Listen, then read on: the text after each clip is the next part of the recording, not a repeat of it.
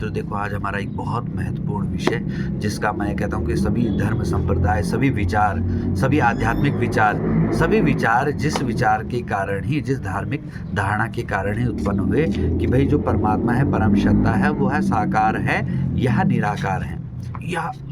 या मतलब अनेक सभी तो लगभग धर्म संप्रदाय के लोग उस परम सत्ता परमेश्वर को मानते हैं, लेकिन वह निराकार है या साकार है, इस बात पे चर्चा होती है। तो मैं भी इस प्रश्न को लेके कई बार मैंने जो भी मेरा तरीका होता है साधना का, वह सोचता हूँ कि भाई वास्तव में सत्य क्या है। क्योंकि भाई जो निराकार ब्रह्म को मानने वाले हैं वो कहते हैं भाई कि राम हो चाहे कृष्ण हो, यह सब उस समुद्र की एक बूंद ही है। और कुछ लोग बोलते हैं कि यह स्वयं परमात्मा के ही साकार स्वरूप है। तो अब इस पे विचार करने पर देखो बहुत मुझे एक आनंदमयी बात पता चली जो मैं आपके साथ साझा कर रहा हूँ कि देखो यह सब लोग जिनके कल्याण के लिए, जिनके मोक्ष के लिए, जिनकी मुक्ति के लिए ईश्वर को वह रूप मानते हैं कि निराकार ब्रह्म को साकार रूप में आना। कौन है वो?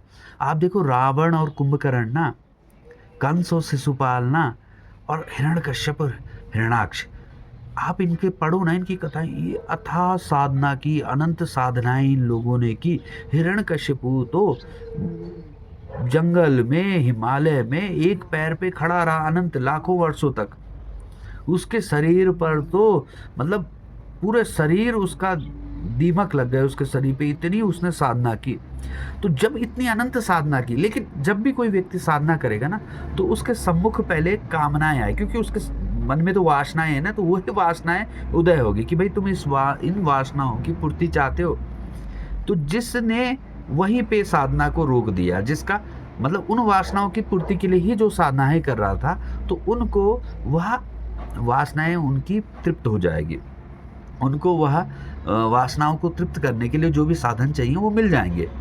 साधना का सिंपल सा है, क्योंकि उनका उद्देश्य वहीं तक था ना कि लेकिन लाखों वर्षों की तपस्या साधना करने के बाद उनकी जो भी मन में इच्छाएं थी, वो आपने सुना ही होगा कि भाई रावण के सामने ब्रह्मदेव प्रकट हुए, बोल क्या चाहता है, तो रावण ने बोला भाई कि मुझे तो कोई ना मार सके, ना देवता मार सके, ना दैत्य मार सके। समझ पा रहे हो आप? ठीक है। वैसे हिरण्यकश्यप की आप कथा सुनते होंगे कि ना मैं दिन में मरूं, ना मैं रात में मरूं, ना मैं अंदर मरूं, ना मैं बाहर मरूं। मतलब यह है कि उन्होंने साधनाएं तो की, लेकिन उन्होंने ब्रह्म की प्राप्ति नहीं की, क्योंकि उनका ब्रह्म प्राप्ति का उद्देश्य नहीं था। उन वासनाओं की पूर्ति के लिए उन्होंने साधना की। लेकिन जो भी साधना करेगा ना और इस स्तर की साधना करेगा, उसकी मुक्ति के लिए स्वयं ब्रह्म को साकार रूप में आना ही होगा। अब बोलो कि साकार रूप में कैसे आ सकता है ब्रह्म? तो देखो सिंपल सा कॉन्सेप्ट है कि भाई यह तो सब मानते हैं कि प्रत्येक कण में ब्रह्म का स्वरूप है, मतलब ब्रह्म है सब, हर प्रत्येक कण में।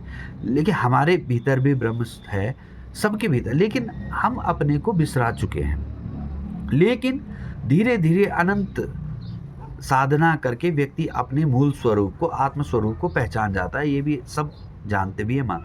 जब व्यक्ति अपने आत्म स्वरूप को पहचान गया तो उसको दोबारा गर्भ में नहीं आना पड़ता। यह साधना के, अगर आप लगातार साधना करेंगे तो रियलाइज आपको होने लग जाएगा कि जब व्यक्ति साधना करता है तो पुनः उसको गर्भ में वह नहीं आएगा। तो जिसने साधना के द्वारा अपने स्वरूप को पहचान लिया, वास्तव में है तो सभी ब्रह्म स्वरूप, लेकिन जिसने अपने स्वरूप को पहचान लिया वह दोबारा गर्भ में नहीं आएगा। लेकिन वह गर्भ में कब आएगा? जब उसको किसी ऐसे ही, किसको मुक्ति देनी हो। ब्रह्म गर्भ में कब आएंगे?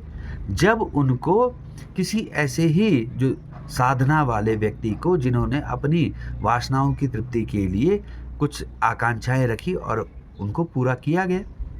लेकिन उनकी मुक्ति के लिए स्वयं ब्रह्म को ही जो है माया को अधीन करके, आप जब पढ़ोगे, आप भागवत पढ़ोगे या कोई भी ग्रंथ पढ़ोगे कि भाई अपनी माया को अधीन करके, क्योंकि है तो वह चेतन स्वरूप ना, वो चेतना है ना, लेकिन वह चेतना अब उसको स्वरूप में आना पड़ेगा, क्योंकि जिस व्यक्ति ने साधना कर ली, अनंत साधना कर ली, उसके लिए तो ब्रह्म को स्वरूप धारण करना पड़ेगा। तो बहुत सिंपल सा कॉन्सेप्ट है। आप इसको थोड़ा सा आज इस विचार को मनन करना।